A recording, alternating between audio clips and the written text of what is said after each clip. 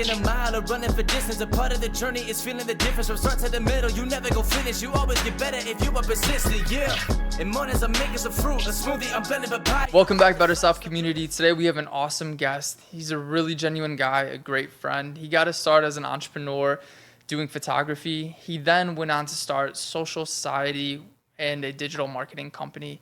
He launched the Gatsby event, and we've gotten to this point where he has launched his own cafe that he's going to be excited to tell you guys about. My good friend, Ameen Khadair. Thank you, guys. No clapping. None at once. But so we've known each other. We were actually just talking about it. We worked out at Fitworks together, and I think we just started like shooting the breeze in the sauna. And then we were like, all right, let's go get Chipotle together and talk. At that point in time, and this is what I was going to bring up earlier, was I remember you being like in the sauna, like locked in, like I have so much shit to do for the Gatsby event. Like I remember everyone talking about the Gatsby event, and meanwhile you're like behind the scenes, like planning it all. And that's when we really like met. Mm-hmm. Yeah, I remember at Chipotle. Again, it's so crazy that it's so vivid. But even then we were like, yeah, are we going to be able to do this? Like you were, just getting into being a fireman. Mm-hmm. You were just taking the classes, and I was just getting into event planning with Gatsby. Gatsby's affair was, something super extensive. It was at the Wolstein Manor, Ravencrest, if anybody's heard of it. So I believe right around the second largest estate in Ohio. So we had a lot to work with and play with, and it was something magnificent, that's for sure. Yeah, it was a hell of a night. So I just remember you had been planning that for so long. Did you have any help with that? I mean, like, how did you get your start? For anything great, it seems like you have to have, other great people around. There was a few individuals. Oh, Ryan was a big help within it. He helped with the VIP section and whatnot. Love Ryan. Yeah, I don't know if you know, this other guy, his name is Rob. He was big into like making craft cocktails, so he helped with the bar. But yeah, a lot went into it. A lot of planning. There was a huge entertainment aspect of it where I had actors come in through the line and was acting out like the whole 1920s vibe. There were pyros. There were stilt walkers, Vegas showgirls. There was a huge fireworks show at midnight. So yeah, a lot went into it. Merrick helped a good amount too. Can't forget about him. I'm sure if I did, he'd probably call me right now and say say some things. Merrick, I swear you helped a lot. But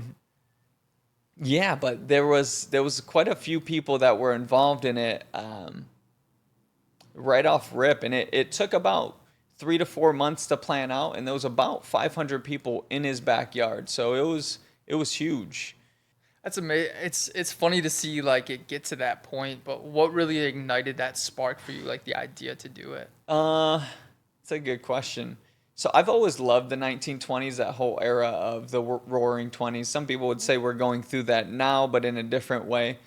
But that era had a lot to do with rebellious people and the whole party scene and drinking and not being allowed to drink because it was deemed as like medicine back then, right? It was an over-the-counter, you had to have a prescription to have alcohol back then. So that was like, it always intrigued me. And then from there, I was like, I think we should try doing a party because we're getting into the 1920s. This is the start of it. Why not? And that was really the inspiration. It was like, I want to do something big enough to where it's like, okay, I'm going to put myself on the map within the event industry, because that's where I thought Social Society was going to kind of be at. And from there, it grew. It got even bigger. That's awesome. It's exciting because, like the Roaring 20s and Prohibition and the speakeasies and things like that, everybody's always wearing a suit. Like the whole concept of it. And then Gatsby had just come out a couple years before because this was what, 2018? 2018. Yeah, I remember. And it's just exciting, man, and it's cool to relive those times, especially like when it's now. But I just think it's amazing, and you have transitioned so much. So I mean, you started Social Society, and then you branched out Socially Raw. So like, can you explain like the umbrellas that are within Social Society? Yeah. So within my portfolio, it started as Social Society with me kind of, again, with the events and then photography and opening up the door to do social media management and content creation. Furthermore, going past that, it was like, okay, I want to get more into health and wellness. When I was around 19, I got my personal training license. Even then, it was, I think I always wanted more. It wasn't like enough. I guess that's kind of like a human flaw. We're never content, which is also, it's a double-edged sword, but we're never content. We want more. So from there, I went into more holistic healing. Like my mother was always, she's Palestinian, so her roots have always been like, yeah, grab stuff from the garden, come back in and cook it right there and then. So that was where, we always, I feel like as individuals, we go back to our roots all the time. And this was something that I kind of went back to, and I had stomach issues then. It was like, I don't know if I was like super dehydrated or what, but at that moment in time, I was like, let's get into this. Let's see what happens. And Socially Raw came together it started with 3 individuals. It was me, Azim, and Brandon. So Azim, obviously the great individual that he is, he's a genius. So he was in mortgage banking pretty heavily. And he went into starting his own bank, his own mortgage bank. So he had to kind of walk away, but he started a huge foundational aspect of it. Brandon was a big juicer. I think he's turned into a carnivore now. I'm not too sure on his life. But he kind of fell off. There was some, within partnerships, there's always something that could erupt with any difference, and that could lead towards anything in general when it comes to business. But I was kind of the investor at first. I got into it, started buying juice, and then promoted it. And from there, it just spiraled and became bigger within the health industry. But I got into it literally because of that. It was always something that I did. It was always something. I've always eaten good. I've never indulged in fast food or any of the, crazy things after a night of going out drinking and whatnot. But that really is what started it. It was how can we help the community? Because within business, that is one of the big pillars of business. If you're not providing something to the community, it's not going to be as elevated as you want it to be. If you're just doing it for yourself, then it's never going to probably go anywhere. But within that realm, it led from social society, and I wanted to create brands amongst health and wellness, and then got into Socially Raw, which again, it's on that branding of names and whatnot. Yeah, it kind of unfolded from there. Yeah. I think that's amazing. Obviously, health and wellness is my passion, health and wellness coach. And the biggest thing is the ultimate fulfillment comes from serving others, from helping others, being genuine and taking others in, helping them. And most of the time for free. I did this a lot for free for a long time until I was like, okay, I really want to start a business and really make this possibly a career avenue, a path that, I can do in the future. I think for you, everyone has a story. You know what I mean? Like, why are they intrigued by what they're intrigued by? And you had mentioned Palestinian. My grandmother's born in Palestine. My grandfather's born in Palestine. I remember my grandmother picking grape leaves, like leaves in the back to make fresh grape leaves. And just the way that they perceive things, the way that they look at food when they come over here is just amazing. I mean, everything's like cooked fresh daily. You know what I mean? Like, we were spoiled. But what is Ameen's life like as a kid, like growing up, like mentors? What gave you the drive to become this man that you are? Because you had mentioned it's never enough. And that's not a matter of like being ungrateful. I'm the same way, where it's like, no, like men, like we learn in like culture families, it's like protect, provide, and that's like instilled in us, where it's like, no, we need more. But what does it come from for you? More than anything, I truly believe it's all adversity. Without it, I don't think I'd be who I am today. From a young age, my mother did what she could on her own. My dad was here up until maybe I was like 3 or 4. And then, he had a green card. He had to go back home. So he went to Egypt, is where now his family is, when they migrated out of Palestine. But The biggest thing was, again, adversity. I think learning from that, from what my mother was going through, having 4 kids all under the age of 10, showed that work ethic to me. When she wasn't around, we wanted her to be, but she had to do what she had to do. And we didn't really understand it at a young age. But as we grow up, it instilled in us. And, like generational aspects, we don't want that for our kids, right? We want to be in our kids' lives. I think that is also part of the drive. I definitely want more for my kids. I believe that took me to have a good work ethic, to understand, like, there's no reason to be mean to anybody, right? My mother was always super nice to everybody, regardless of like where she came from and who was, talking about us being Palestinian, and, the whole 9/11 happened. And that was a big hit on Arabic people in general around the nation, and just having beards in general was like one of the goofiest things that I as an adult now, thinking on all that, because we had to go through a lot within that time frame. I lost, like, weirdest thing actually, I lost all of my friends around that time. My one Really? friend, yeah, and I'm sure it was their parents, but my one friend, they all invited me to a park. What park was it? Is it Rosewood? I think, if it's Okay, still yeah, there. yeah, yeah. Yeah, that park. I got invited there. It's funny, if they see this, they'll probably remember it. But yeah, they invited me there and told me all there, like, hey, we can't associate with terrorists. My mother doesn't want me hanging out with you. As a kid, I don't even remember the day, which is so weird, of 9/11. But the few days after, I remember it like vividly, because everybody started acting super weird towards me. And again, I didn't understand it. I don't think I think I was in 3rd grade, maybe around then, 2nd or 3rd grade. You don't understand it, right? You grow up and start to realize, like, hey, propaganda is real. Anything that's being told at that point. But again, going back to what drove me, it was the adversity more than anything else. I don't wish that upon anybody. I'm not going to tell anybody to go and search for that, right? Go search for difficult moments in your life, because I don't think anybody should have to go through things like that, especially racism.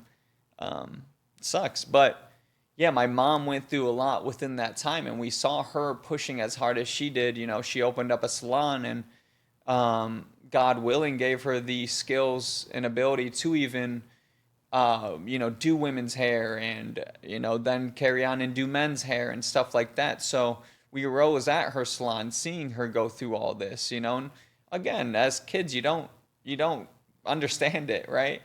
Hot water goes out. My mom was so amazing to tell me, hey, yeah, something's wrong with the hot water tank. But really what it was my mom couldn't pay for the bills, because again, the society or the government took my father away from us because of this, that, and the other. Even though he had 4 kids here, it's almost like they wanted us to go through that adversity. I'm not saying go and find that to become better, because it's a traumatic thing that does make people level up in a sense, or get better. But I think more than anything, that was why I am who I am today. I think that work ethic came from my mother. I think the holistic healing aspect, when she was shoving spinach down my throat, or a spoonful of honey that she got from the Amish, that was a huge part of it. Or anything from her garden that she grabbed and cooked up, was where or how I became who I am today. It's amazing, man. And it's extremely humbling when you grow up with, I didn't have it, but I had cousins, I had really good friends who grew up Arabic culture with just their mom, either father passed away or same thing where he was sent back home.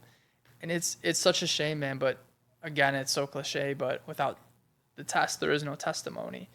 And I'm sure, looking back on everything, the man that you are right now, Ish is a man. I love Ish, dude, so much. For sure. And he's become as a man. Obviously, I haven't seen like the whole trajectory of his life, but who he is now, I know him now. But to come from humble beginnings and consistently evolve to a better version of yourself over time is one of the most amazing things ever, because it could have went the absolute other way. You know what I mean? You could have taken life for granted. You could have lived off the the government, you could have done a million things. I didn't even know your mom went out and became a business owner, which makes so much sense why you guys are so business minded. Mm-hmm. That's amazing, man. Yeah, she, from our culture, women in general, they're professional housewives essentially. Yes, the best. She had a meal on the dinner table at all times. She had food, wherever she was able to get it from after my dad left. But she was professionally a professional mother, and then had to force herself into the workforce. And that was the only way at the time because, everybody needed a profession, whether that was from schooling or anything in that sense. But she had to have flexible hours so that if there was something that happened at our school and she needed to go pick us up, she could. So she did it.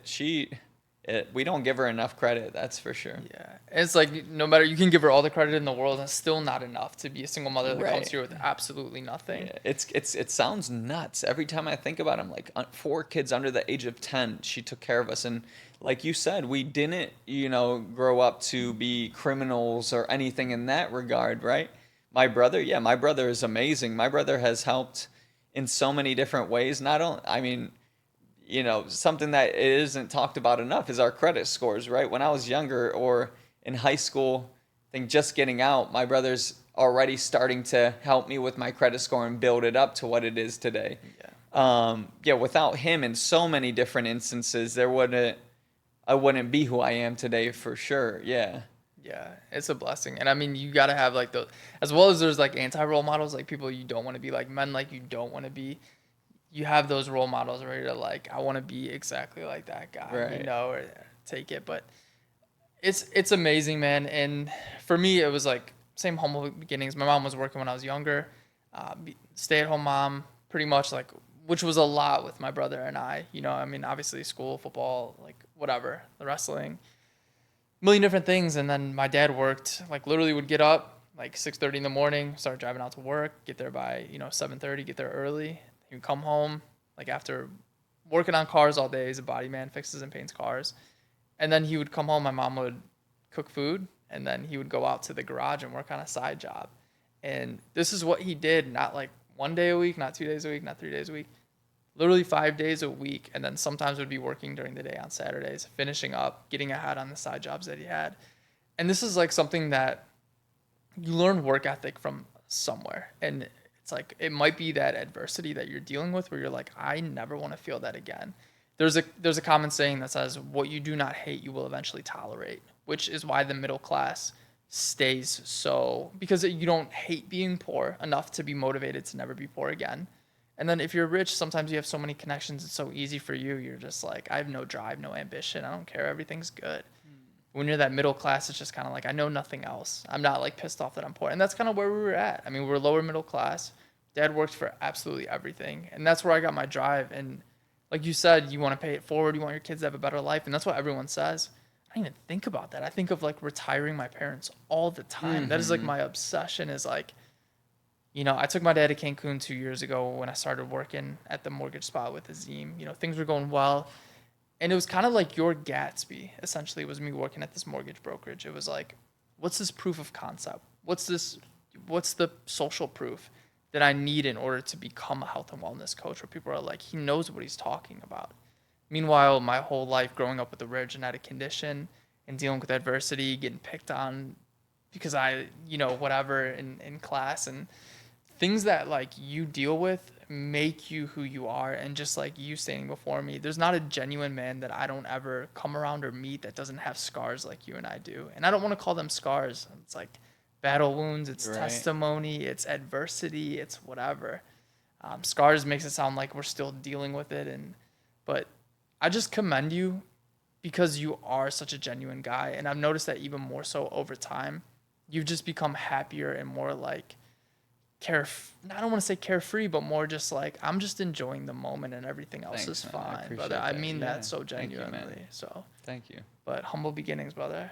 Yeah, you as well, man. You've definitely outgrown a lot of, I'm sure, individuals with even Angelo's, and Angelo's is amazing, but I mean the fruit is, I don't know about the work life. Shit. Look in the camera. toxic environment. No, but But everyone's great. yeah. But yeah, thanks, man. I appreciate that. It's been a lot, like you said, battle scars. And within all that, I don't think that it's like you said. Is it something that you ever heal from? I think it's a never-ending mental battle. Whether you wake up one day, it's what they call that life's roller coaster, right? It's up and down. Do you want to feel defeated today? Within even biblical text, right, it talks about not pushing adversity onto others. So if you are having a bad day, not pushing it onto others. That's something I've worked on more than anything else, even recently. If I'm having a bad day, I don't care to show it, right? I don't want the next person next to me having a bad day because I am. Why would I, I think that's pretty terrible as for anybody. That's that negativity that you want to stay away from, right? No, but I really appreciate you saying that. That's awesome. Of course, brother. And yeah, I mean, it's amazing because it's man or woman, but you're really emotionally strong and you're really caring when you have the ability to kind of shield. And that's kind of, dude, that's what your mom did for you guys your entire life. Is no matter what she was doing, she protected you guys to know that everything's going to be okay. And it's kind of when you give that relief to everybody else, you take it upon yourself to put it on your shoulders so it doesn't burden anybody else. That's like the true sign of like good character. That's what I love the most. Thanks, man. I appreciate that. I think about often, because I have a younger brother. He's 5 years younger. How much older is Ish? Ish is 5 years older. No kidding. That's so okay. funny. And I think he may have told me that, or you may have mentioned it in the past. But so I have a brother 5 years younger. And I just think like, man, like how am I always being to him? Because I didn't have great role models. I had my dad was a great man as a role model, but I had a lot of like insecure, broken, wounded cousins that were like, hey, like, American Pie, like go be like this, like high school is a party, college is a party, girls, girls, girls. And I don't let my brother be open to that. I just try to instill in him being a good man, what it takes to be a good man, going to the gym, staying away from just really just like having free sex with whoever, it's like being diligent about who you share yourself with, your emotions with, your body with. And that like all matters. It's building yourself up as a man to become a better man. And I'm sure Ish has helped you a lot with all of this, but I mean, your advice, you don't have a younger brother, do you? I wish I did. I know, I wish you did too. You'd be a great older brother, but I set out, I had a goal a long time ago, obviously to be a health and wellness coach, but two, I wanted to involve the next generation of men, like how we can help them implement ways of becoming better men, stronger men. I mean, what advice, like from your end, like coming from where you came from, the things that you know and the things that have been passed down to you, what advice would you have to the younger generation? Like you said, with women or anything else around that realm of distractions, get into faith. I think that's one of the biggest things because it teaches you all that. It teaches what you shouldn't be involving yourself in, whether that's being out late at night and not waking up early in the morning. Our natural state is to wake up, for Fajr or dawn, and just I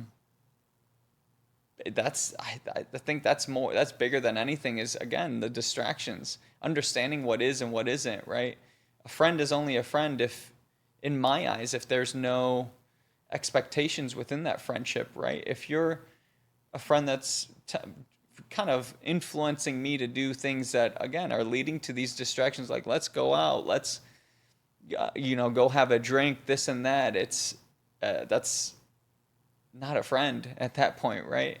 But in my eyes, that's the biggest thing. If I would have known earlier that, like, hey, there's distractions that you need to stay away from, and if you really want to elevate, be like an Elon Musk or any of those gurus that are amazing individuals. Elon Musk, actually, his Tesla car and everything that's going on in Congo when they're trying to, that stuff is kind of crazy. That's kind of like making me look at him in a bad manner. But yeah, to reach that level of status, it's all distractions.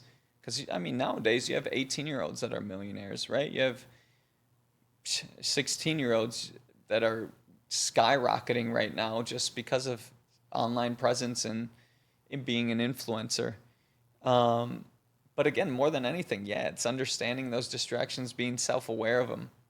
I think self-aware is everything.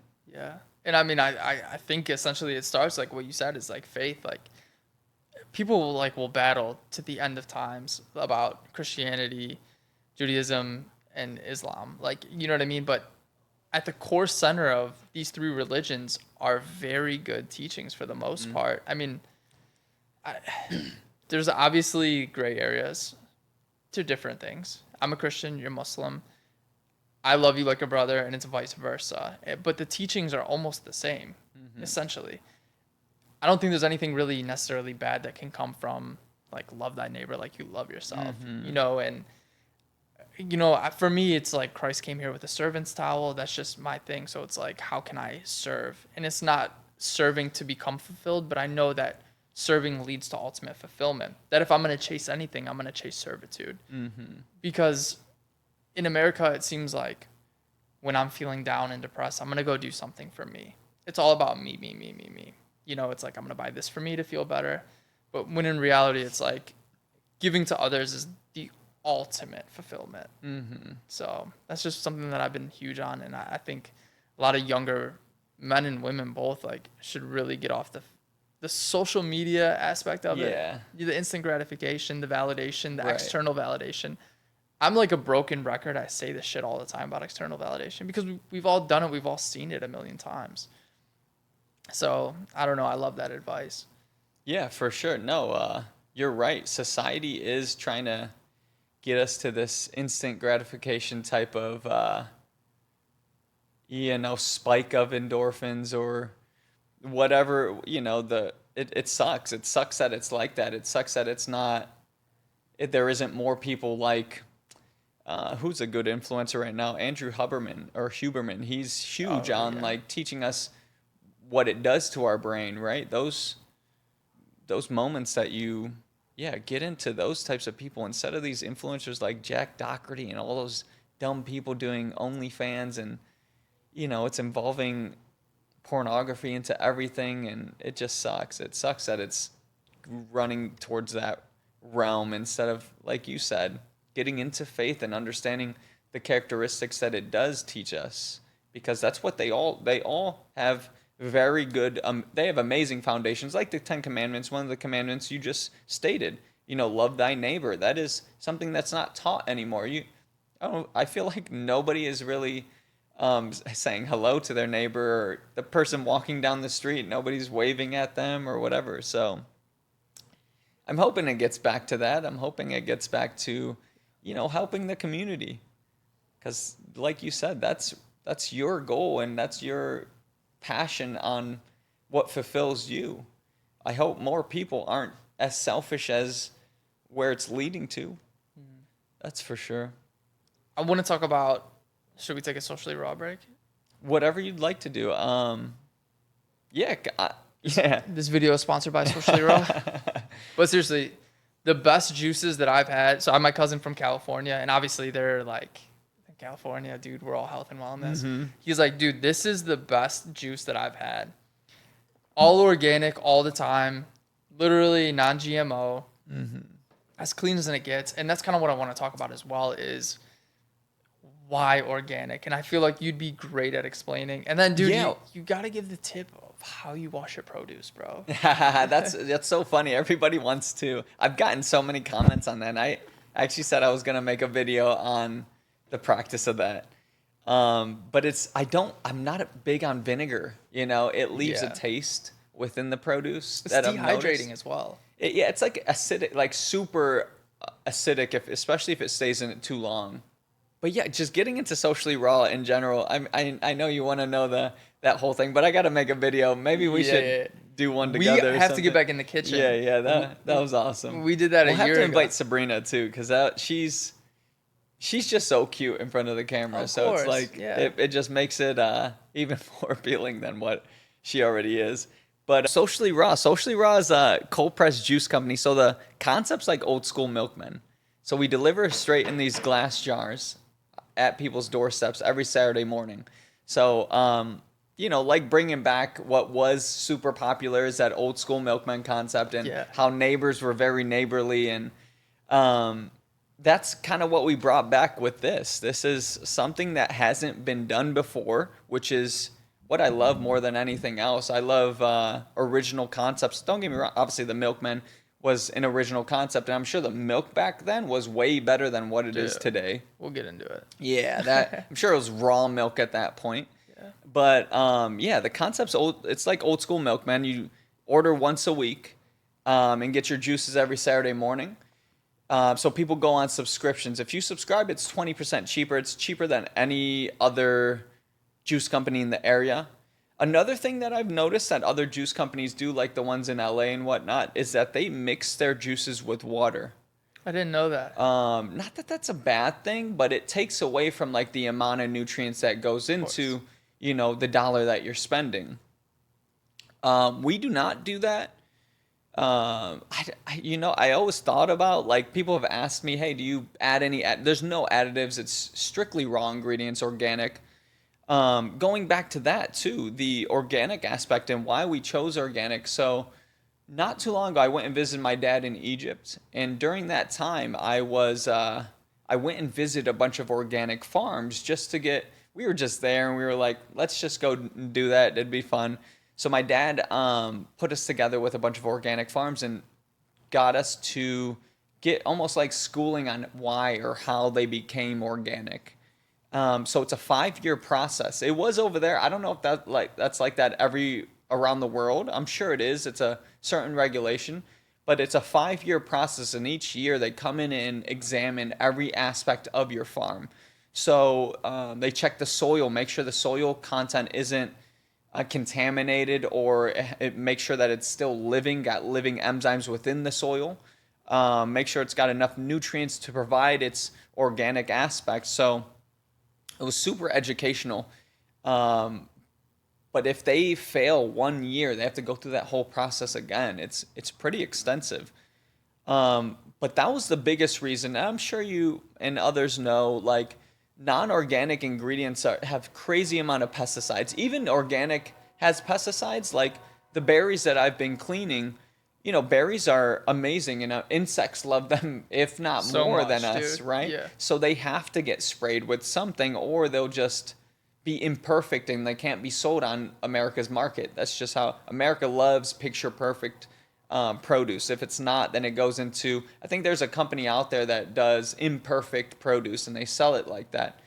But yeah, they have to keep it as perfect as possible within that. But non-organic ingredients just get super chemical, like pesticides, that not only protect it from insects, etc., but it's super carcinogenic, right? It's especially if we don't clean it with, again, baking soda and vinegar or whatever anybody wants to use. But those two have a chemical reaction that actually remove pesticides. It'll get it to a point where, like, it's slipping off of it instead of being stuck on it, which is, again, it's what we want. We don't want to eat all that stuff. It's literally chemicals.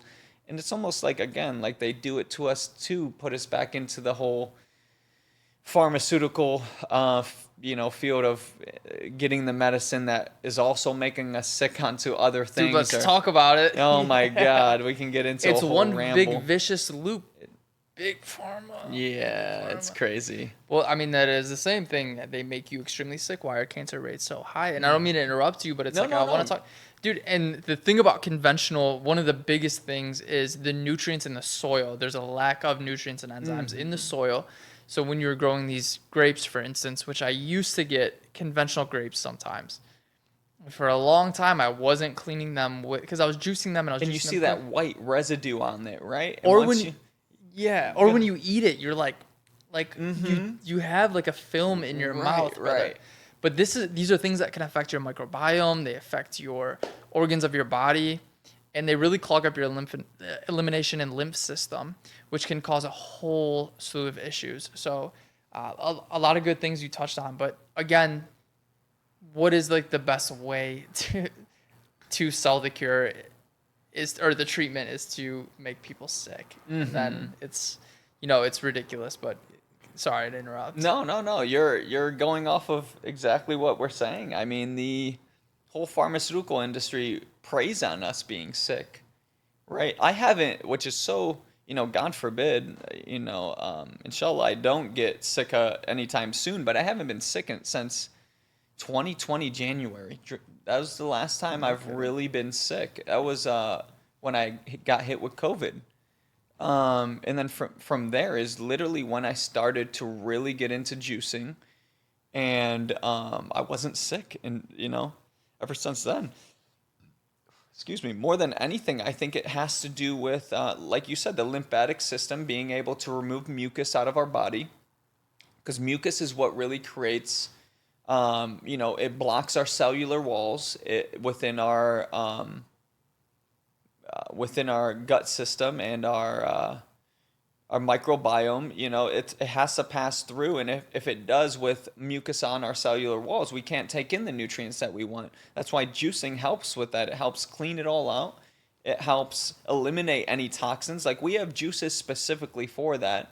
Like, each piece of produce is specifically for something that we're either dealing with or need or have a goal towards, within eliminating, whether that's cancer cells, because cancer cells prey on, us being sick, our immune system being depleted.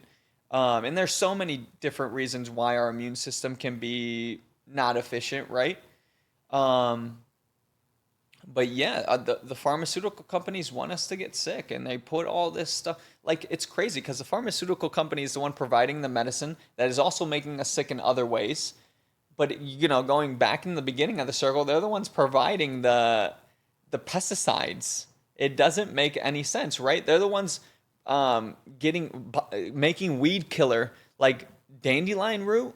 You know how that's like a superfood that they don't talk about. Why? Because it heals our heart. It doesn't make any sense. There's so many foods that they don't provide us with, I guess, commercials nowadays, right? You got Gatorade, which is so bad for you.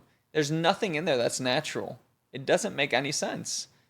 So again, going back to socially raw, there's so much nutritional value that goes into each one. It's packed with nutrients. Again, if you have specific, because we do cleanses as well, 1 day, 3 day, and 5 day. Some guy actually asked me for a 7 day, which we haven't done that yet, but we will. We'll do anything around that realm, and his goal is so specific that we'll make juices around that, which is amazing. Again, there's the produce that it's, let food be thy medicine. That is a real statement. It's not the, inhumane factories that are caging all these animals for McDonald's, Burger King, and anything else that isn't pasture raised or, halal, which is another way of killing animals in a literally with no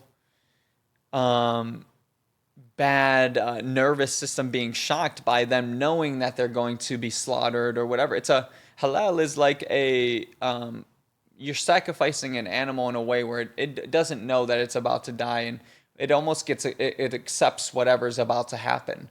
And its whole practice on halal is like, raising the cattle or lambs or whatever in a very genuine way, in a humane way. So look into that type of stuff. I would, compared to anything that is non-organic, especially in meats. I know you're not big on eating meats or anything like that, but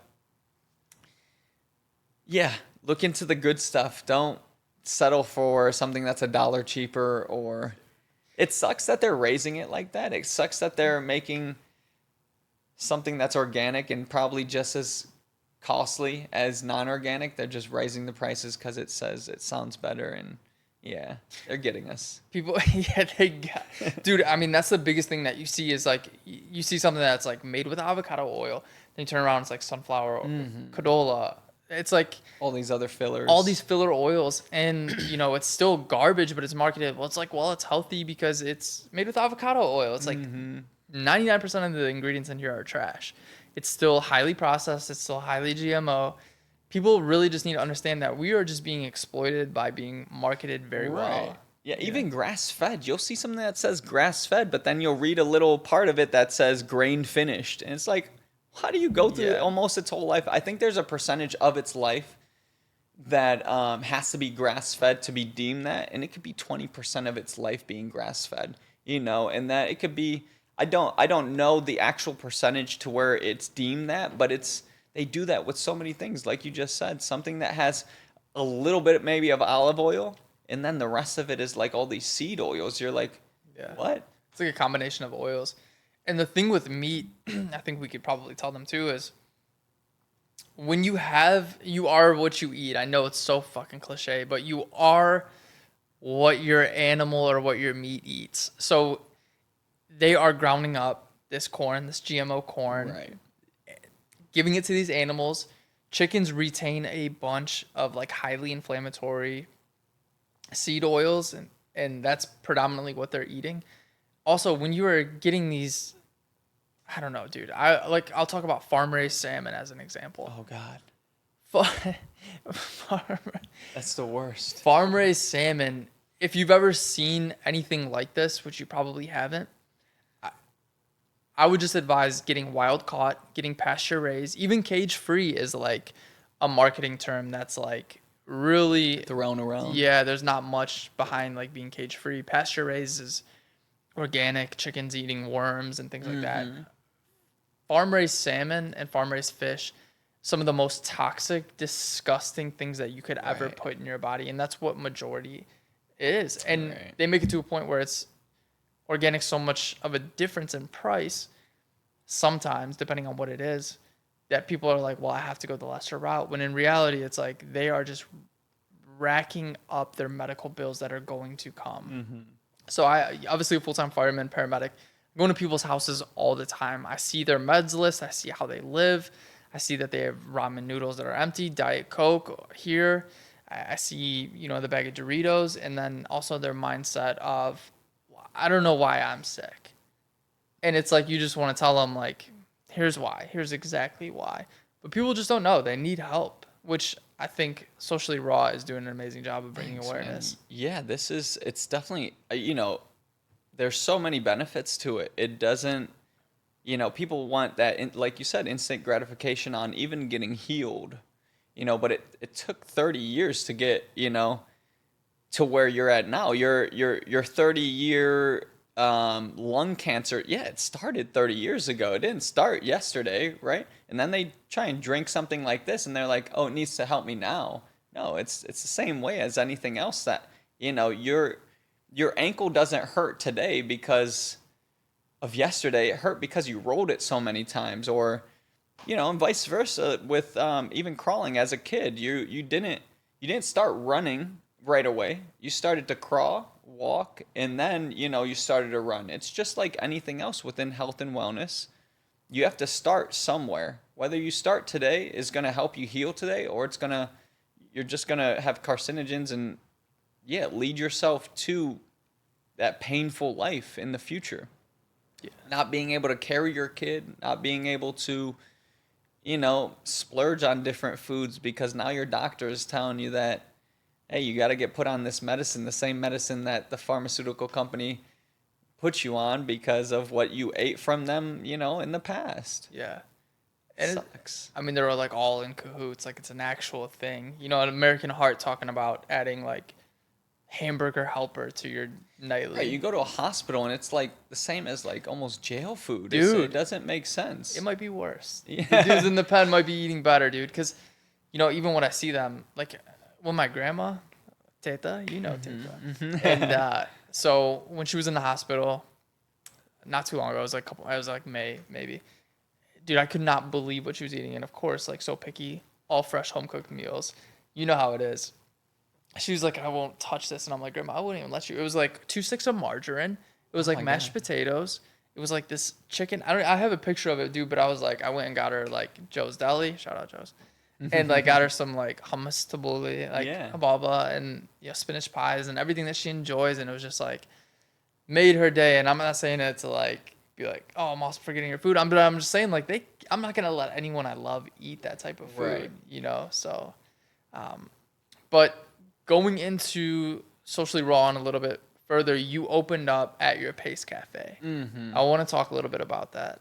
Yeah. Pace Cafe was, again, a huge part of Socially Raw. So I guess going a little bit further back, right before Pace, Sabrina came on to Socially Raw. I brought her in, and she's elevated the digital aspect in a different sense. It's made it more appealing to the masses, right? And within that, we were like, okay, I think we're capable of opening up a storefront from here.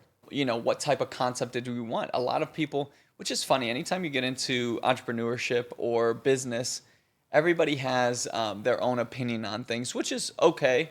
I think you should take in everybody's opinion, but I wouldn't run on anybody's opinion. I would take it in, ingest it, and have that self-awareness of, okay, these are all really good ideas. Now, where do I go from there? That you got to stay on your, because it's only as good as whoever created it, right? Someone can steal an idea and they could do it, and you can tell, like, okay, they definitely like took that from somebody else, right?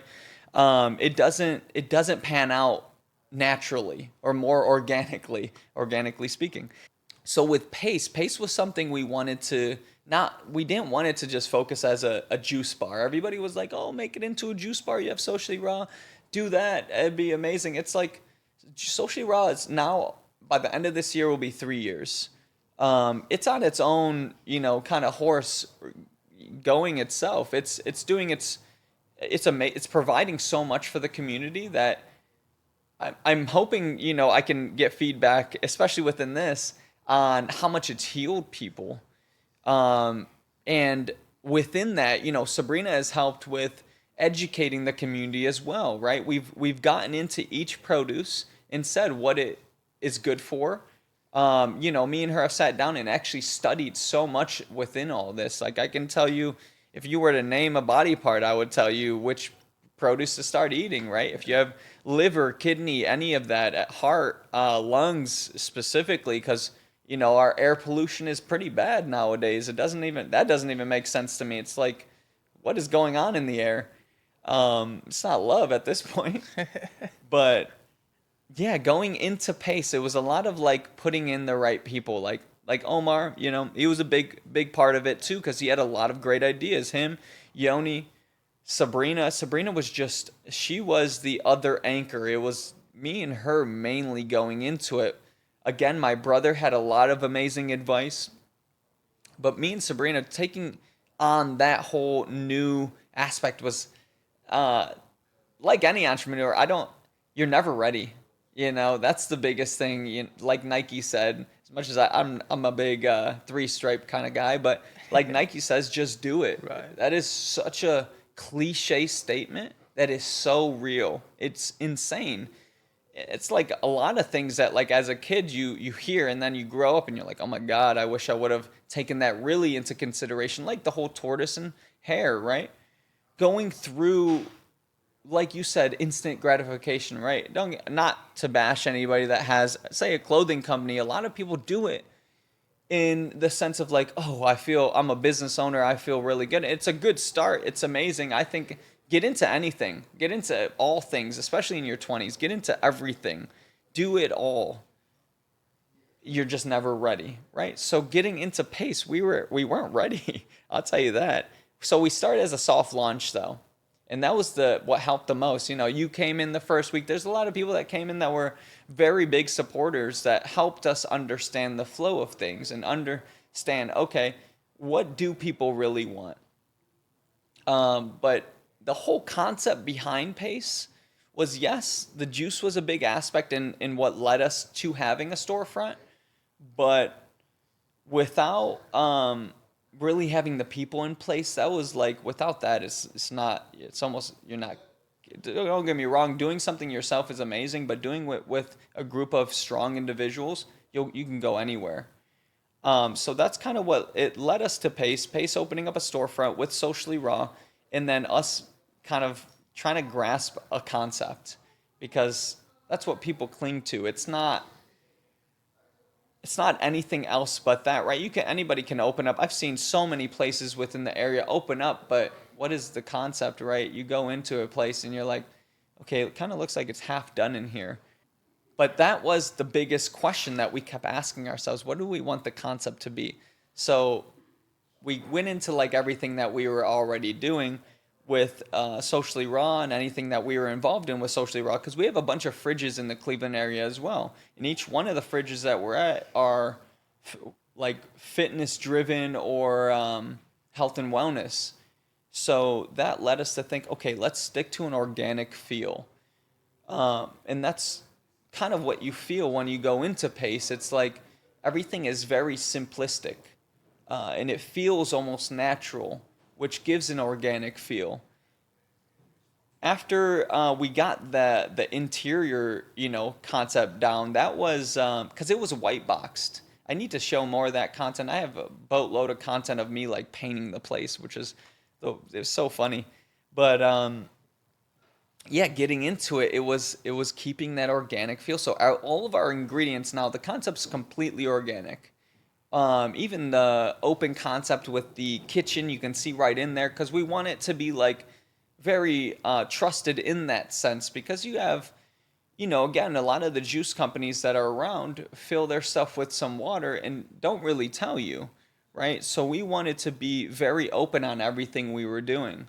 That concept, an open concept, the place is very transparent to be, hint, hint, turned into anything we want. So whether we come out with nightly concepts or not, maybe a social event with you down the line, that was our mindset going in was, hey, we want this to be transparent, organic, and once you walk in, you understand what you're coming into. Dude, so you said that. It's so funny because I had been, all that's amazing. I love like just listening to you talk, and like I can tell that you are just an intellectual when it comes to like how you want to craft what you do. You took social society and then you built brands off of it, and then you've just built this whole like microcosm of just health and wellness and digital marketing, and that all that's so exciting. I have an idea too that we could probably talk about right now. I want to hold like a seminar, like a health and wellness seminar. I haven't figured out the place to do it yet. Okay. I think I just figured it out. Nice, yeah. Anytime. Angelo's Pizza. I'm just playing. But if we would have it there and like, like I'll pay for juice or whatever, and we could have testing out the juice, and I think that'd be an awesome idea, and we could just have like it'd make it a fun like little like mixer, like a little cocktail like networking mixer. I think that'd be amazing. For sure. So. Yeah, we're open to anything at after 3 p.m. At this point. I think I saw you post something on that. That'd be huge. I just did, dude. Literally yesterday or 2 days ago. That'd be huge. That'd be really cool. I think you can get a good amount of people. Yeah. I think because we could fit. Yeah, we could fit. Let's do it. 30. Let's do it. Yeah, sold. What is next for Ameen? What's next for me? I think honing down on everything that we have going. That's the biggest thing right now. Providing the community everything that we have to offer is a huge aspect, because again, anybody coming in is always like, they love that we are bringing this here. They almost feel like it's an LA, New York, or any big city, major city type of vibe, which is what, again, we want to provide. More than anything is seeing what Sabrina wants to do next, because I think she's so eager to, she's got a lot of amazing ideas and wants to do so many different, her coming in, she's witnessed me jumping off cliffs multiple times at this point, right? I'm a big risk taker. I'm all in or nothing at this point. It's funny because you had asked one time in between the whole thing, which it's a huge mental battle building any of this. You had asked one time, what else are you doing? You have any other marketing clients? We have a few now after I started, I got done building everything. But at that time, you had asked me if I had anybody then. And I'm sure you didn't know that I was building the cafe out or whatever. Not at the time, no. And because it's funny, even then, a lot of people were asking what I was doing because I wasn't posting much. I was literally so involved in this because it took a year. It went from August to August. It took that long. Which again, in my eyes, it's there is no timeline. Don't let anybody rush you. Another thing to young entrepreneurs, you don't have to prove anything to anybody. It's great advice. That is something that I started taking on heavily within the last few years. Everybody thinks that you have to, if someone asks you a question and they're like trying to gauge your sense of ability or anything in that regard, you don't have to prove anything. You're not here for anyone. You're here for yourself, and you're essentially, in my eyes, Allah. That's what we're here for more than anything else. All this other extra stuff is just extra. It's worldly, right? Exactly. We connect on a soul level. My soul is touching yours anytime we talk. No homo. Yeah. But yeah, it's bigger. It's bigger than. We're bigger than all of that. We're bigger than the propaganda or the social norms or society's pressure. Again, just more than anything, you don't have to prove anything to anybody. So whatever I guess I have next is it's surprises are better than anything else. Yeah, right? Just like the cafe more than anything was such a surprise to so many people that it's like, what is the surprise? Why is anybody surprised? We're still doing things, man. There's so many great things that you're even doing, like so many clients that you're dealing with that you're almost saving, because you don't know if they would have lost that 30 pounds by themselves. Maybe not. You've given so much motivation to so many different people. You've touched so many different people. Again, hide your kids, but I'm just kidding. No, but you've made people feel so good. You don't know if you've killed so many different cancer cells or any sort of what they call zombie cells within anybody through that weight loss, through that those toxins that you've lost within those people. We're going to talk about this now and look back, and you're going to probably be in front of even more people than you are today, and that's the goal. That's the goal, to touch as many people and to help as many people as you can. Well, that means the world, brother, especially coming from you. And I just love you as a brother. I haven't gotten sappy on the podcast ever, but genuinely, you've been such a good guy, and I'm just happy to have you on. I appreciate it. Man. I appreciate that. For sure, brother. Well, I appreciate you guys listening, and we'll be getting another podcast out soon. Take care.